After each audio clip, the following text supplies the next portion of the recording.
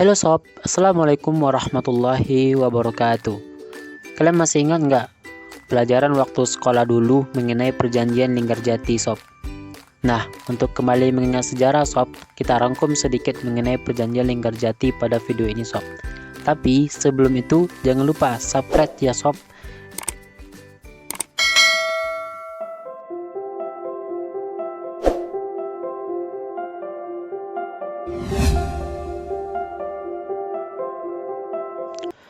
Perundingan Linggarjati atau Perundingan Kuningan adalah suatu perundingan antara Indonesia dan Belanda di Linggarjati, Kuningan, Jawa Barat sob, yang saat itu menghasilkan sebuah persetujuan mengenai status kemerdekaan Indonesia. Hasil perundingan ini ditandatangani di Istana Merdeka Jakarta pada 15 November 1946 dan ditandatangani secara sah oleh kedua negara yaitu Indonesia dan Belanda sob pada 25 Maret 1947.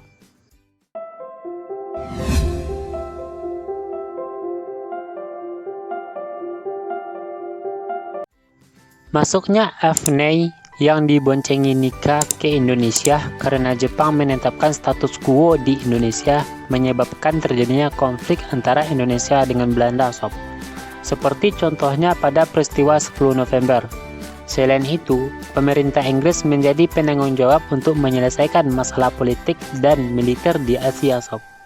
Pada awalnya sih, Indonesia dan Belanda diajak untuk berunding di Hoge-Veluwe yang akan dilaksanakan pada tanggal 14 sampai 15 April 1946. Tetapi sob, perundingan tersebut gagal karena Indonesia meminta Belanda mengakui kedaulatannya atas Jawa, Sumatera, dan Madura. Tetapi Belanda hanya mau mengakui Indonesia atas Jawa dan Madura saja sob.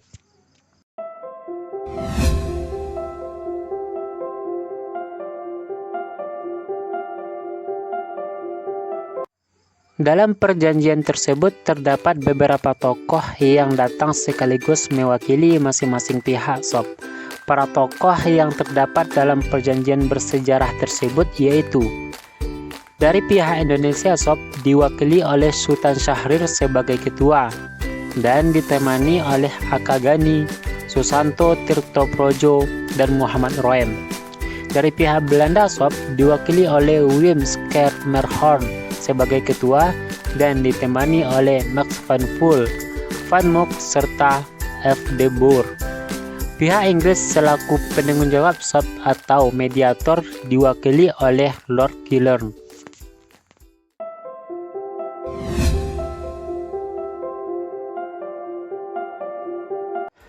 Pada akhir Agustus 1946, pemerintah Inggris mengirimkan Lord Killern ke Indonesia untuk menyelesaikan perundingan antara Indonesia dengan Belanda sob.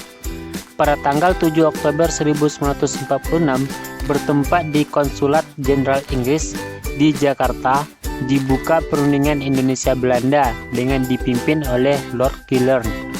Perundingan ini menghasilkan persetujuan gencatan senjata pada tanggal 14 Oktober sob dan meratakan jalan ke arah perundingan di Linggarjati yang dimulai tanggal 11 November 1946.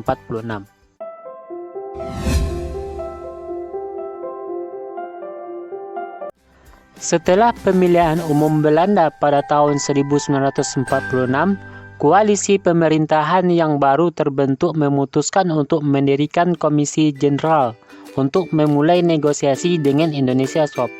Pemimpin dari komisi ini adalah Wim Schermerhorn. Tujuannya untuk didirikannya komisi ini adalah untuk mengatur konstitusi Hindia Belanda pada pasca Perang Dunia II tanpa memerdekakan koloninya sob. Dalam perundingan ini, Wim Schermerhorn beserta komisinya dan Hubertus van Mook mewakili Belanda, sementara Sultan Syahrir mewakili Indonesia, dan Lord Killern dari Inggris bertindak sebagai mediator dalam perundingan ini sob.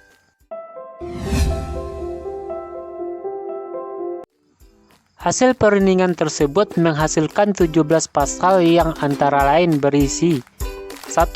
Belanda mengakui secara de facto wilayah Republik Indonesia yaitu Jawa, Sumatera, dan Madura. 2. Belanda harus meninggalkan wilayah Republik Indonesia paling lambat tanggal 1 Januari 1949. Yang ketiga, pihak Belanda dan Indonesia sepakat membentuk negara Republik Indonesia Serikat atau disingkat dengan RIS-SOP. Yang keempat, dalam bentuk RIS, Indonesia harus tergabung dalam Persemakmuran Indonesia Belanda dengan mahkota negeri Belanda sebagai kepala Uninya SOP. Mengenai RIS sendiri SOP, Soekarno menerima kompromi tersebut untuk menghindari perlawanan terhadap Belanda yang sulit dan pemahamannya mengenai sistem republik. Maka ia dapat memimpin RIS yang mayoritasnya penduduk Indonesia. Sementara Komisi Jenderal juga menerima kompromi tersebut karena kemungkinan perang dapat dihindari dan hubungan Belanda dengan Indonesia dapat berlanjut.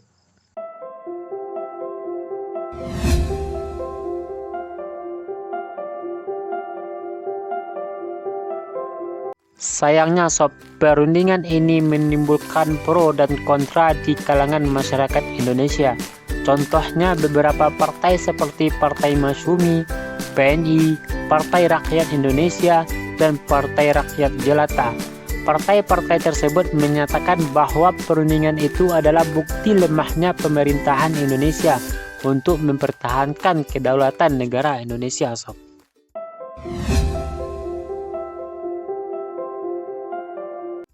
Perjanjian ini memberikan dampak buruk bagi Indonesia SOP. Indonesia harus kehilangan wilayah kekuasaannya. Berdasarkan perjanjian ini, wilayah Indonesia hanya Jawa, Sumatera, dan Madura. Bagi beberapa pihak, kehilangan wilayah ini adalah sebuah kesalahan besar. Langkah ini terpaksa diambil dengan pertimbangan delegasi Indonesia adalah kekuatan militer Belanda yang hebat dan militer Indonesia yang apa adanya SOP. Apabila perundingan ini tidak membuahkan hasil, akan mengakibatkan perang kembali yang akan berdampak buruk bagi Indonesia SOP. Selain itu, Indonesia harus ikut dalam Persemakmuran Indonesia Belanda.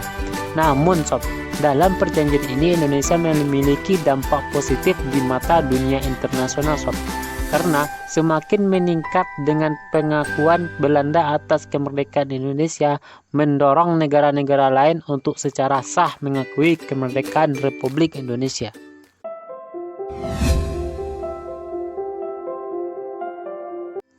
Namun SOP, pelaksanaan tidak seperti yang kita pikirkan SOP. Pelaksanaan hasil perundingan ini tidak berjalan mulus.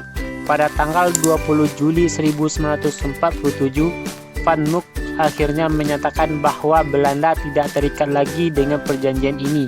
Dan pada tanggal 21 Juli 1947, meletuslah agresi militer Belanda I. Hal ini merupakan akibat dari perbedaan penafsiran antara Indonesia dan Belanda.